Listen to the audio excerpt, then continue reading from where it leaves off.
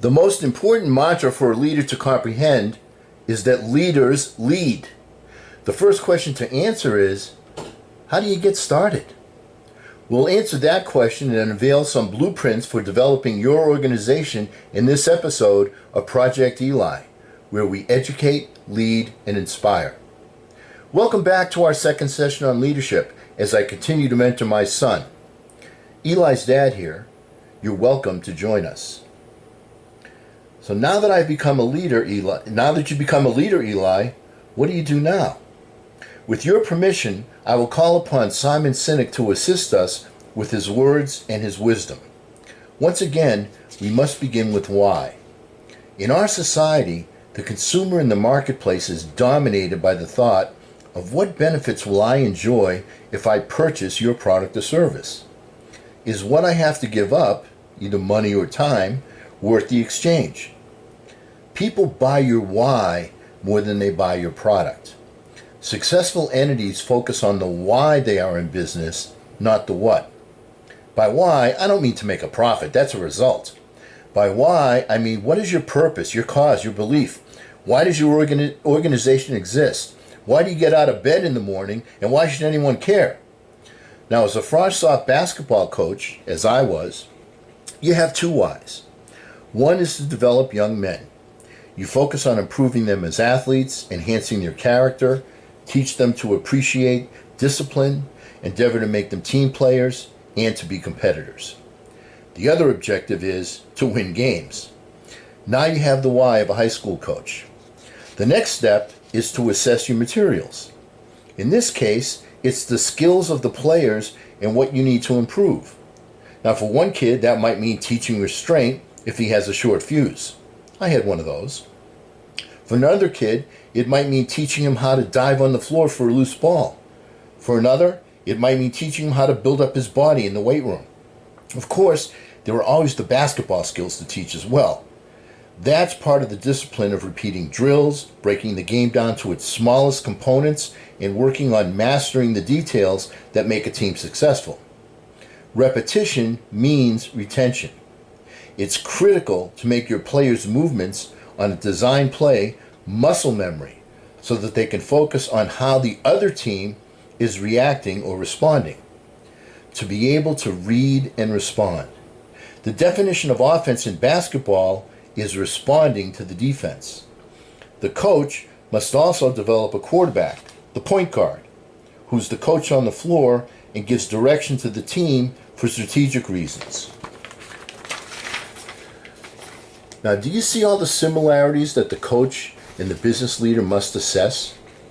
Before you do anything else, you have to know if you're starting with a great salesperson, a good scorer.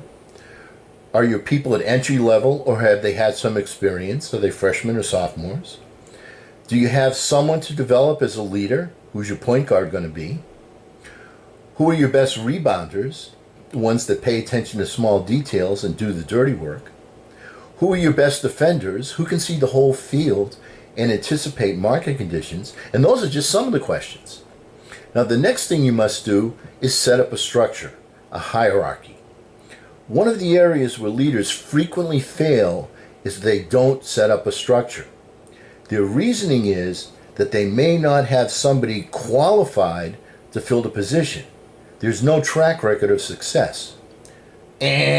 Wrong. The first thing you do in your structure is to put a smiling face in each position where you have a need. Now, this doesn't mean that you're locked into that individual permanently. It means that you are assigning someone to that position in your structure and you're giving them an opportunity to perform. When you're coaching a Frosh soft team, you take a look at the kids and in your mind, you select the starting five. You'll find out soon enough who the best players are. You'll also find out who the leader in training, the point guard, should be. But the key is to have a structure and be prepared to move people forward in the structure if somebody should quit, like there's an injury or they become academically ineligible, or a more positive scenario, show that they are superior to the person originally assigned to that position. Let me give you an example. My sophomore year in high school, I was the very last person cut from the varsity, and I was demoted to the junior varsity team. Now, the less said about the JV coach, the better, but suffice to say, he didn't like me much. Now, I was not in the starting lineup for our first game, even though I was the very last one cut from varsity. Anyway, we're playing our first game and we're getting handily beaten by another school. Suddenly, a raspy voice yells out, "Eli's dad!" I whip up my warm-up and ran right onto the court. The problem is you got to check into the scorer's table first. Well, duh. I may have been a little anxious. Fortunately for me, I took over the point and we started to make an impressive comeback. The coach now had no choice. I had just replaced the smiling face that had started in front of me. Now, as Mr. Anderson, one of my personal mentors, frequently said, the cream rises to the top and the weak fall by the wayside. Your top performers are thoroughbreds. You have to grab them by the reins tightly and dig in your spurs. That's how you get a top performance. He went on to say that you don't want to spend a great deal of time with the grazers. That's the horse that will stay in the corral even when you leave the gate open. You're looking for spirited thoroughbreds. Now, in business and coaching, you as the leader are constantly teaching and training. What's the difference? Well, you go to school and receive a high school education. In the business world, you receive both an education and training. Ask your high school sophomore if he wants sex education or sex training. See the difference? There's a simple way to train people to perform. It's called the Peso System, Mexican money. Here's how it works. It is, of course, an acronym. And I've placed this method in the description box below so that you may own it. Here it is. On a piece of paper, vertically write the word PESOS, P-E-S-O-S. The first thing you do, what the P stands for, is prepare your pupil for the task.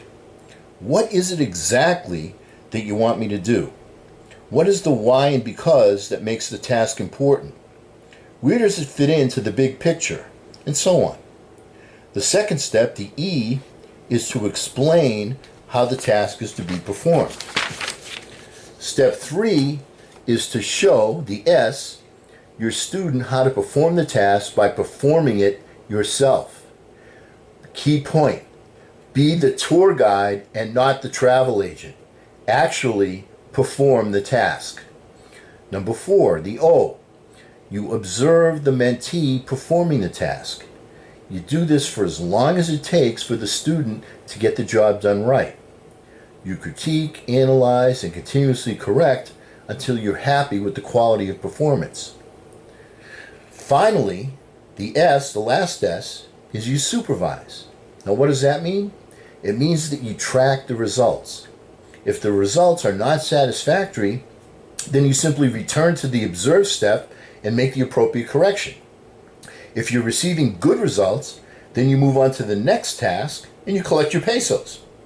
And in this way, the student will also become the teacher and the trainer. You're building your organization and developing your leaders. An organization will only advance to the level of its leadership. This is a key point. Your organization will advance concurrently as the leaders in your organization develop. That gives you 2 areas to focus upon. First, you never stop developing leaders. If your product explodes in the marketplace, you cannot expand unless you have the leadership to supervise expansion. Developing leaders is essential. Second, you must constantly develop yourself and realize that personal growth is a never-ending operation.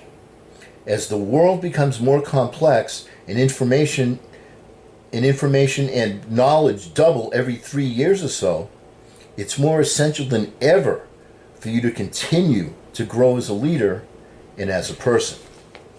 Now, one of the things that made Bob Anderson so great was that every time you saw him or spoke with him, he had a new idea to share with you.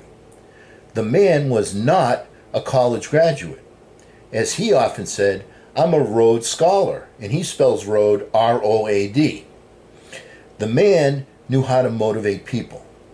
He knew that there are two ways to motivate anybody: manipulation or inspiration. When your leader is constantly teaching, training, and inspiring you to make forward progress, and you can see that you are making progress, you have a tremendous level of excitement and enthusiasm. Is that the kind of operation, Eli, that you want to lead? Is that the kind of operation that you want to work with? When you work with an organization like that, you can answer an important question positively. Are you doing busy work, or are you doing your life's work?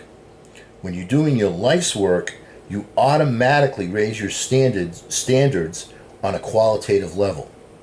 You care more, and work doesn't seem like work. Quick review. The first thing that you do is to assess your resources and or your people. Set up a structure and assign responsibilities to those you have chosen. Remember, you're not locked in by assigning an individual a place in your structure, but you must assign a smiling face if there is no clear choice for the position. You are offering an opportunity to that smiling face as you continue to assess the skill levels of your people. Make adjustments as necessary. How about some good news? The adjustments you need to make to move forward are usually very obvious, and the evidence that you must make a change usually shows up quickly. Second, when you're training and developing your team, employ the PESO system. It's simple, measurable, repeatable. You must employ repeatable systems, and most importantly, it works. Don't forget to review it in the description box below. Now, next time we get together, our focus will be how to focus the team to pursue a single desired outcome, just like you do individually when you employ the success formula. Our mantra will be, share the vision and sell the dream. And speaking of sharing, don't forget to share our lessons with your friends that are worthy of its content. Our thought for the day: out of intense complexities, intense simplicity emerges. And because we never end a meeting on a philosophical note, get out there and charge! I'm Eli's dad.